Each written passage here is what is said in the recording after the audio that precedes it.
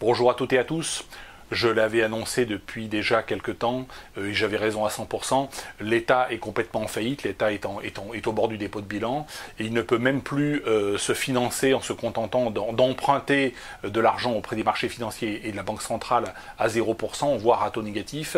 Aujourd'hui, les dépenses de l'État explosent et les recettes fiscales s'effondrent parce que les entreprises déposent le bilan à grande échelle, dépôt de bilan, faillite, suicide d'un grand nombre d'entrepreneurs, d'agriculteurs, mais pas que d'agriculteurs. Et donc la solution de la parasitocratie, c'est certainement pas de réduire leurs dépenses, c'est bien évidemment d'augmenter les taxes et d'augmenter les impôts. Et l'impôt principal dans un pays comme la France, c'est la TVA. La TVA qui devrait augmenter à 23% après les élections municipales de 2020. Après les élections municipales, on va vous défoncer la gueule.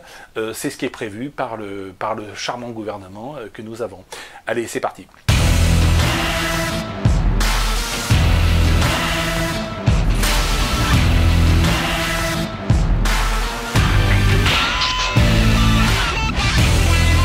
Alors c'est un fait qu'en tant qu'esclave, tu dois payer. Payer et encore payer. Là, il n'y a pas d'échappatoire. L'idéal pour te faire payer, c'est de déclarer que le pays est en guerre. Alors aujourd'hui, on te vend la guerre environnementale. Traditionnellement, c'était plutôt la guerre contre un ennemi, contre le voisin ou contre un envahisseur quelconque ou supposé tel. Je rappelle, un petit rappel historique, en 1939, si nous avons déclaré la guerre à l'Allemagne, je rappelle que c'est la France qui a déclaré, la France et la Grande-Bretagne qui ont déclaré la guerre à l'Allemagne. Ce n'est certainement pas pour sauver la Pologne, d'ailleurs on n'a pas envoyé de troupes et on n'a pas envahi l'Allemagne, c'était simplement pour mobiliser l'opinion publique et la faire et déclencher des dépenses militaires absolument considérables. De la même manière que, une fois que la France a été vaincue, l'Angleterre est restée dans la guerre. Pourquoi est-elle restée dans la guerre? Elle n'avait aucun intérêt à le faire. Elle y est restée alors que l'Allemagne lui proposait l'armistice, c'est-à-dire la fin des combats. Elle est restée dans la guerre également pour des raisons de parasitocratie, parce que vous avez toute une industrie financière, mais également un complexe militaro-industriel qui doit travailler et qui doit s'enrichir à milliards pendant que le peuple se fait crever la peau. Il est bien évident que si ni la France ni l'Angleterre n'avaient déclaré l'Allemagne suite à l'agression de l'Allemagne contre la Pologne, eh bien l'Allemagne n'aurait pas fait la guerre à la France ni au Royaume-Uni, et l'Allemagne aurait poursuivi sa guerre contre la Pologne et contre l'Union soviétique, ce qui était prévu, ce qui était le plan d'Hitler. Hitler d'ailleurs était assez surpris de voir que la France et la Grande-Bretagne lui déclaraient la guerre. Il fallait tenir compte, bien évidemment, pour comprendre la situation, que les gouvernements sont dans la main d'un certain nombre de groupes financiers et de groupes industriels qui avaient intérêt aussi fondamentalement à la guerre.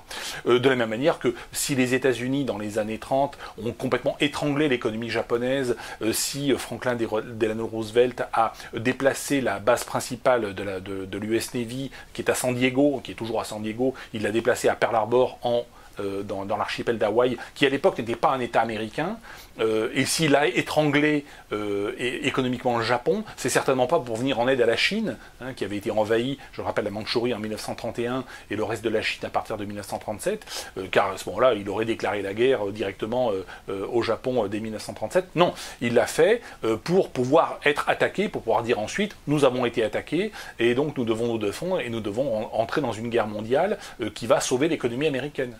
C'est toute une logique. Donc encore une fois, le peuple est fait pour verser son sang et pour payer. Et payer, eh bien, c'est pour s'en enrichir, naturellement, toute une parasitocratie, à la fois politique. Le politicien n'est que la courroie de transmission entre l'industrie, une industrie financière et militaro-industrielle, et naturellement le peuple. Voilà, donc le politicien n'est que la courroie de transmission. Le peuple paye et cette industrie s'enrichit à milliards de milliards, naturellement. Je rappelle que la guerre en Irak, initiée en 2003, a coûté aux États-Unis quelques 4000 milliards de dollars au peuple américain, qui a gagné quoi? Qui n'a rien gagné du tout, à part de voir quelques-uns de ses soldats revenir dans un sac en plastique. Donc c'est un schéma, encore une fois, qui s'est répété au cours de l'histoire, qui est encore quasiment d'actualité. Alors aujourd'hui, on te vend la guerre contre le réchauffement climatique, ou contre le changement climatique, ou contre le refroidissement climatique, on ne sait plus très bien. Peu importe, ce qui est important, c'est que tu payes, et que tu payes, encore que tu payes. Alors la solution, c'est pas de rester, bien sûr, les bras ballants, c'est de contacter ton député, Hein. Tu vas sur le site assembléenationale.fr, tu lui envoies un bon petit email, ça coûte 0. Si tu veux pas te mettre en avant, tu mets en avant le commandant Aubenas en disant tu es sur la liste du commandant Aubenas, tu n'as pas intérêt à voter une augmentation quelconque d'impôt, que ce soit de la TVA à 23% ou autre, parce que ça peut être de la CSG, ça peut être autre chose, on s'en fout. Nous ne sommes pas des esclaves, nous sommes des hommes libres, nous sommes des francs.